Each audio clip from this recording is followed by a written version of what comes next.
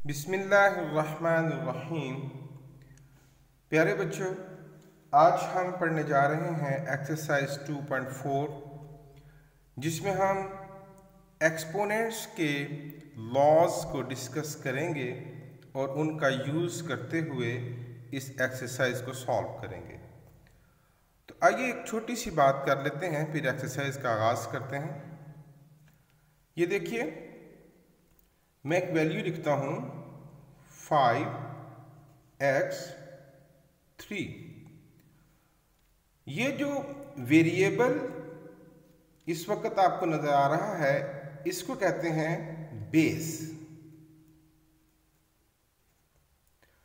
इसके ऊपर ये जो वैल्यू लिखी हुई है 3, इसे कहते हैं एक्सपोनेंट।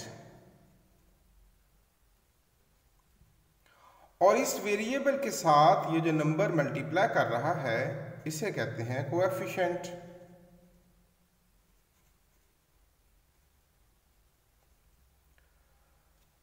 तो हम एक्सपोनेंट्स के लॉज में दो बुनियादी बातें सीखते हैं। पहली बात ये कि when same bases are multiplied then their powers are added. जैसे कि अगर मैं x3 को x5 से मल्टीप्लाई करूं, तो ये दोनों सेम बेसिस है ना, तो इनकी पावर्स ऐड हो जाएंगी। 3 + 5 it becomes x power 8। For example 5 power 2 into 5 power 6, ये बन जाएगा 5 पावर 2 + 6 इट बिकम्स 5 पावर 8। ये दोनों सेम बेसिस है ना। इसी तरह जब सेम बेसिस डिवाइड करती हैं, जैसे कि 8 पावर 3 डिवाइडेड बाय 8 पावर 2, तो इनकी पावर्स, इनकी एक्सपोनेंट्स सब्ट्रैक्ट होती हैं। 8 power 3 minus 2 it becomes 8 power 1। तो सेम बेसिस जब मल्टीप्लाई करती हैं तो उनकी एक्सपोनेंट्स को, उनकी पावर्स को ऐड किया जाता है, और सेम बेसिस जब डिवाइड करते हैं तो उनकी पावर्स को माइनस किया जाता है। ये अलजब्रिक कवानीन, ये एक्सपोनेंट के जो लॉज हैं, ये ऑलमोस्ट 5th 6th से बच्चों को पढ़ाए जाने शुरू कर दिए जाते हैं। यकीनन आपको ये इनकी समझ होगी। तो let's start the exercise.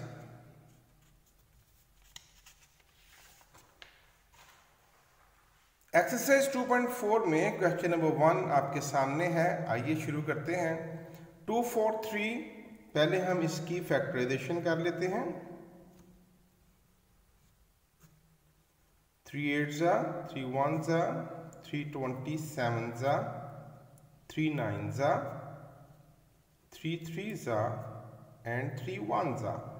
1 2 3 4 and 5, ये बनेगा 3 raised to power 5। और पहले से क्या एक्सपोनेंट है हमारे पास? -2/3। ये मल्टीप्लाई करेंगे।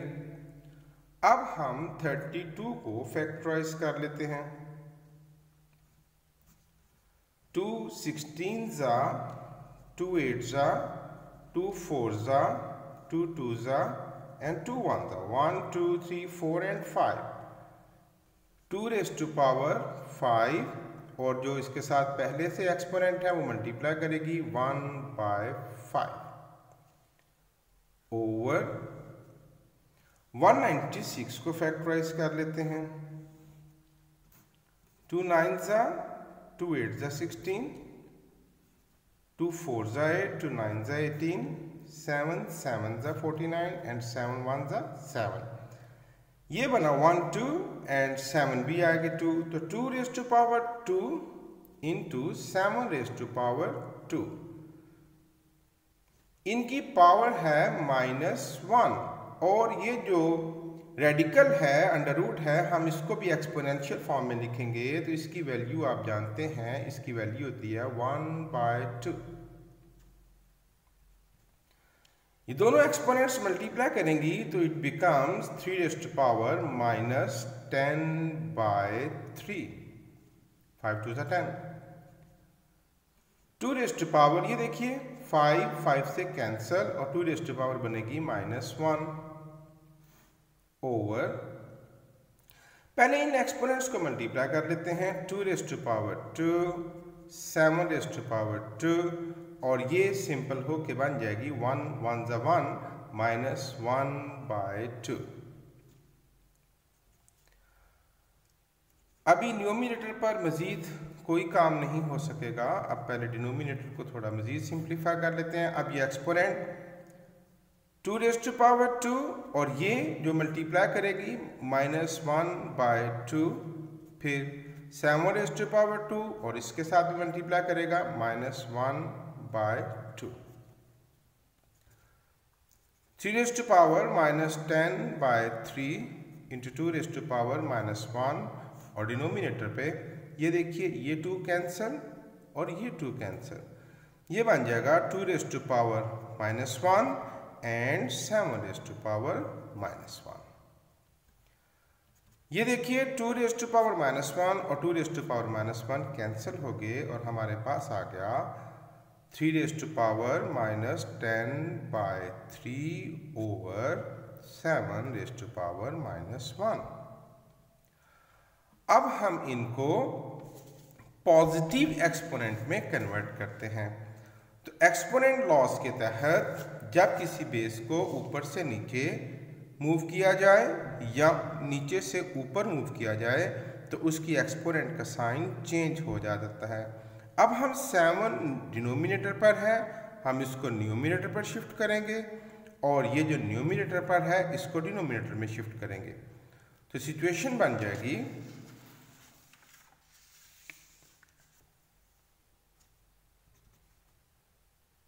7 रेज़ टू पावर +1, अब लिखने की ज़रूरत नहीं, ओवर 3 रेज़ टू पावर 10/3, दोनों पॉजिटिव में कन्वर्ट हो गए। यहां सिंप्लीफिकेशन ऑलमोस्ट मुकम्मल हो चुकी है, लेकिन थोड़ी सी इसकी फॉर्मेशन चेंज कर लेते हैं। ये जो 10/3 है ना, अगर मैं 10 को डिवाइड करूं 3 से तो 3 3 ज़ा 9, व्हाट इज लेफ्ट 1। तो इसको मैं होल्स में लिखूं तो ये बनेगा 3 होल 1/3। तो मैं 3 की एक्सपोनेंट को लिख लेता हूं 3 होल 1/3। ये जो 3 होल 1/3 है ना बच्चों, मैं इसको आप जानते हैं ना अलग अलग लिख सकता हूं 3 + 1/3।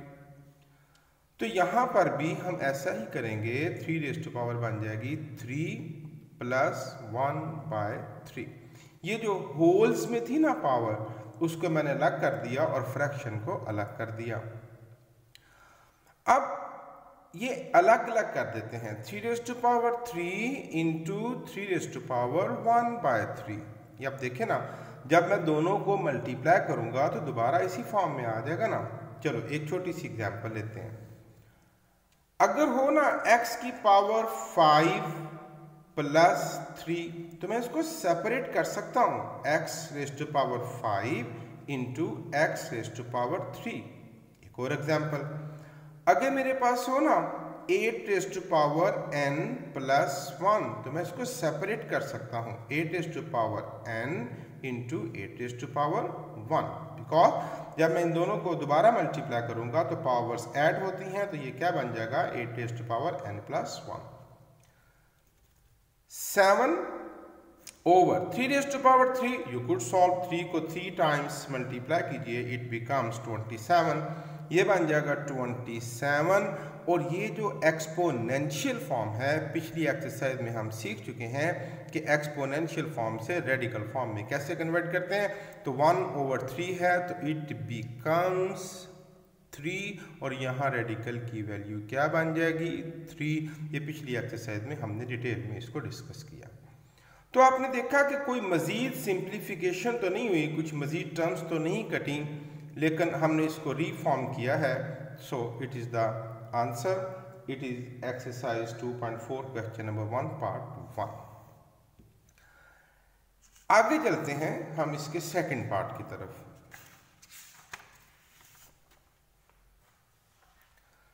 देखिए ये मल्टीप्लाई कर रहे हैं तो कोफिशिएंट कोफिशिएंट से मल्टीप्लाई करेगा, साइन साइन से मल्टीप्लाई करेगा, और लाइक बेसिस जो है वो मल्टीप्लाई करेंगे तो उनकी पावर्स ऐड हो जाएंगी। तो इसका साइन क्या हुआ, प्लस, तो प्लस माइनस, माइनस 2 8 जा 16। अब x5 x -3 से मल्टीप्लाई करेगा, ये और ये सेम बेसिस हैं तो इनकी पावर्स ऐड हो जाएंगी, 5 और plus minus minus 3 into y -4 और प्लस 2 बिकॉज ये सेम बेसिस है, -16 x power 5 - 3 2 and y power -4 + 2 -2। Simplification में हमें चाहिए कि किसी भी वेरिएबल की या किसी भी बेस की एक्सपोनेंट नेगेटिव में ना छोड़ें, उसको पॉजिटिव में कन्वर्ट करें। तो ऐसा करते हैं, -16x2 इस y2 को डिनोमिनेटर पर ले जाते हैं, because we know the rule कि जब हम किसी वेरिएबल को ऊपर से नीचे या नीचे से ऊपर मूव करें तो उसके एक्सपोनेंट का साइन चेंज हो जाता है। तो इसको नीचे ले जाते हैं तो y -2 नीचे जाके हो जाएगा y power +2। It is the simplified form. ये था सेकंड पार्ट। अब हम करते हैं थर्ड पार्ट। मुख्तलिफ स्टाइल से क्वेश्चन दिए गए हैं ताकि आप एक्सपोनेंट्स के कवानीन को अच्छी तरह से समझ सकें। तो पहले पैरेंथेसिस को सॉल्व करते हैं ना, ब्रैकेट के अंदर वाली टर्म्स को सॉल्व करते हैं। तो आइए पहले उसको सॉल्व करते हैं, और उससे पहले हम यहाँ पर एक चीज़ देखें, यहाँ z की पावर दी हुई है 0। याद रखिएगा, किसी भी वैल्यू की पावर 0 हो तो दैट इज इक्वल टू 1। जैसे 8 power 0 is equal to 1, 1000 power 0 is equal to 1, x power 0 is equal to 1। तो पहले तो इसको 1 में कन्वर्ट कर लेते हैं, बाकी सब कुछ सेम रहेगा। -2 y -1 z -4 over x 4 y -3 into 1। और आप जानते हैं कि 1 मल्टीप्लिकेटिव आइडेंटिटी है, जिससे मल्टीप्लाई करें तो कोई फर्क नहीं पड़ता। Whole power -3। अब भाई हम एक्सपोनेंट्स को इकट्ठा करेंगे, तो x -2 जब हम सेम बेसिस डिवाइड करेंगी तो पावर्स माइनस होंगी ना, तो -2 + 4 -4 इंटू y -1 और -3 ऊपर जाके क्या बन जाएगा, +3 इंटू, और 1 का तो वजूद ख़त्म हो गया, मल्टीप्लिकेटिव आइडेंटिटी है, तो ये क्या बनेगा z पावर -4। यू डिनोमिनेटर ख़त्म हुआ और एक्सपोनेंट क्या बनी, -3, जो पहले से ही है। ये बनेगा x पावर, दोनों को ऐड करेंगे तो -6 y power 2 and z power -4 और होल पावर -3। अब ये जो होल पावर थी हम इसको सबके साथ मल्टीप्लाई करेंगे, तो x power -6 into -3, y power 2 into -3 and z power -4 into -3। ये बन जाएगा बच्चों minus minus plus, 6 3 is 18, y -6 and z +12। अब यहाँ पर जो y है इसकी एक्सपोनेंट नेगेटिव है और हम इसको पॉजिटिव में कन्वर्ट करेंगे, x 18 z 12 और y नीचे ले जाएंगे, y -6 नीचे जाके क्या बन जाएगा, +6। It is the simplified form of the third part. Let's move to the fourth part of question number 1.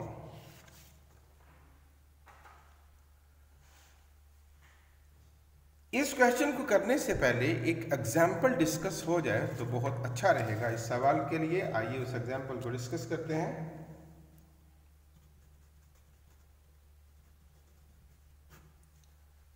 4 into 3 power n over 3 power n plus 1 minus 3 raised to power n. 4 into 3 raised to power n over, मैंने अभी पिछले question में discuss किया कि हम इसको separate कर सकते हैं, ये ऐड नहीं ना हो पा रही। जैसे कि अगर यहाँ 2 + 1 होता तो हम तो 3 लिख लेते, लेकिन ये तो दो डिफरेंट बेसिस हैं, ये ऐड नहीं हो सकती, तो हम इनको सेपरेट कर लेते हैं। हम लिखते हैं 3 raised to power n into 3 raised to power 1 minus 3 raised to power n। अब ये देखिए, एक टर्म ये है और एक टर्म ये है, हम इन दोनों में से 3 raised to power n common ले लेते हैं। ऊपर आएगा 4 into 3 raised to power n over 3 raised to power n is common. तो यहां अंदर क्या बचेगा, ये तो कॉमन आ गया ना, अंदर बचेगा 3 raised to power 1 और वो तो लिखने की जरूरत नहीं, माइनस ये 3 raised to power 1 कट गया तो यहां पर क्या बचेगा 1, क्योंकि 3 raised to power n common आ चुका। 4 into 3 raised to power n over 3 raised to power n into 3 minus 1 2।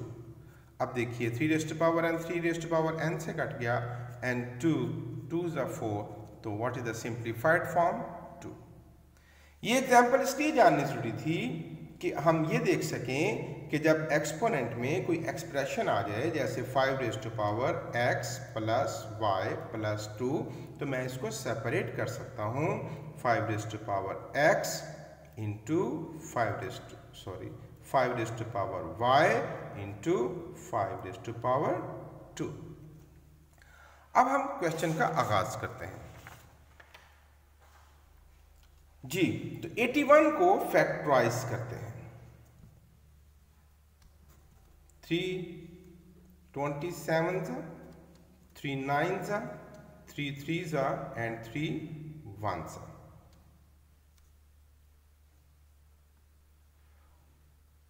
1 2 3 and 4,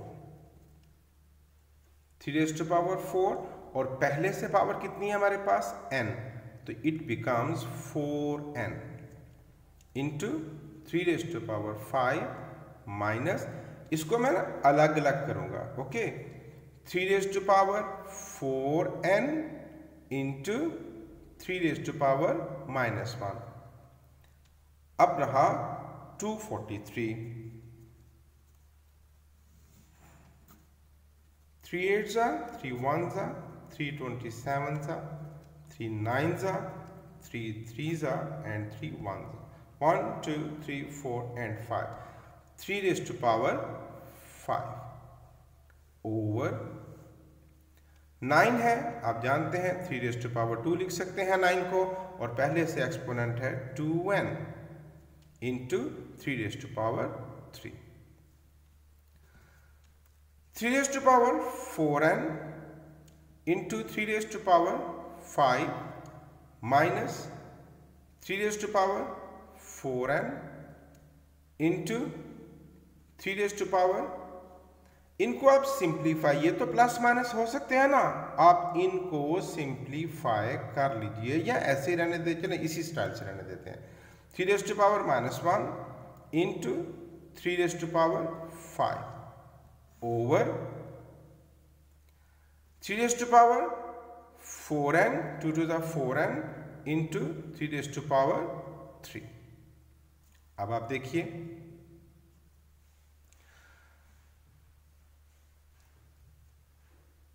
3 raised to power 4n into 3 raised to power 5 minus 3 raised to power 4n, और इनको मैं फिर इकट्ठा करने जा रहा हूं, और 5 -1 बिकॉज ऐड होंगे ना, तो -1 + 5 लिखने बेशक, इट बिकम्स 4। तो यहां पर इन दोनों को सॉल्व करूंगा तो ये बन जाएगा 3 raised to power 4 over 3 raised to power 4n into 3 raised to power 3। ये स्टेप फिर से देख लीजिए, यहाँ पर ये दोनों मल्टीप्लाई कर रहे हैं, पावर्स ऐड होंगी, 3⁻⁻1 प्लस 5 तो ऐड हो गए, तो 5 - 1 इट बिकम्स 4। अब थोड़ी सी तवज्जो, एक टर्म ये है, ये, और एक टर्म ये है, इन दोनों टर्म्स में से कुछ कॉमन नजर आ रहा है बच्चों? यस, 3⁻4n और 3⁻4n कॉमन है, तो इसको कॉमन ले लेते हैं। अब अंदर क्या बचेगा? ये तो कॉमन आ गया ना, इस टर्म में से बचा 3⁵ माइनस ये कॉमन आ गया, तो बाकी क्या बचा? 3⁴ ओवर 3⁴n इंटू 3⁻3। अब आप देखिए 3⁴n और 3⁴n आपस में कट गए, बिल्कुल ठीक। अब क्या बचा हमारे पास? बाकी बचा 3⁵ माइनस 3⁴ ओवर 3⁵3। यहां हम थोड़ी सी अक्लमंदी से काम लेंगे और इन दोनों में से हम उतनी वैल्यू, उतनी एक्सपोनेंट कॉमन ले लेंगे जो डिनोमिनेटर पर, ताकि वो आसानी से कट जाए। तो मैं इन दोनों में से 3⁵3 कॉमन ले लेता हूं। वैसे तो 4 निकल सकता है ना, 3⁴, हम सिर्फ 3⁵3 कॉमन ले लेते हैं। तो अंदर क्या बचेगा? 3⁵5 में से 3⁵3 कॉमन आ गया, तो 3⁵2 बच गया, बिल्कुल ठीक। 3⁴ में से 3⁵3 कॉमन आ गया, तो 3⁴1 बच गया, ओके, ओवर 3⁵3। ये फायदा हुआ मुझे कि मैंने एक जैसा जो कॉमन लिया डिनोमिनेटर के साथ मैच करते हुए, तो ये डिनोमिनेटर इससे कट गया और यूँ मेरा सवाल आसानी से सॉल्व हो गया। अब बचा 3⁵2 माइनस 3⁵1 लिखने की ज़रूरत नहीं, और आप जानते हैं 3⁵2 होता है 3 3 9 माइनस 3 एंड 9 माइनस 3 इज 6। ये था बच्चों क्वेश्चन नंबर 1, जिसमें हमने लॉज के मुख्तलिफ कवानीन, एक्सपोनेंट के मुख्तलिफ कवानीन सीखे, उनकी प्रैक्टिस की। इनकी बार बार प्रैक्टिस कीजिए। इंशाअल्लाह मेरा नेक्स्ट लेक्चर होगा एक्सरसाइज 2.4 का क्वेश्चन नंबर 2 and 3।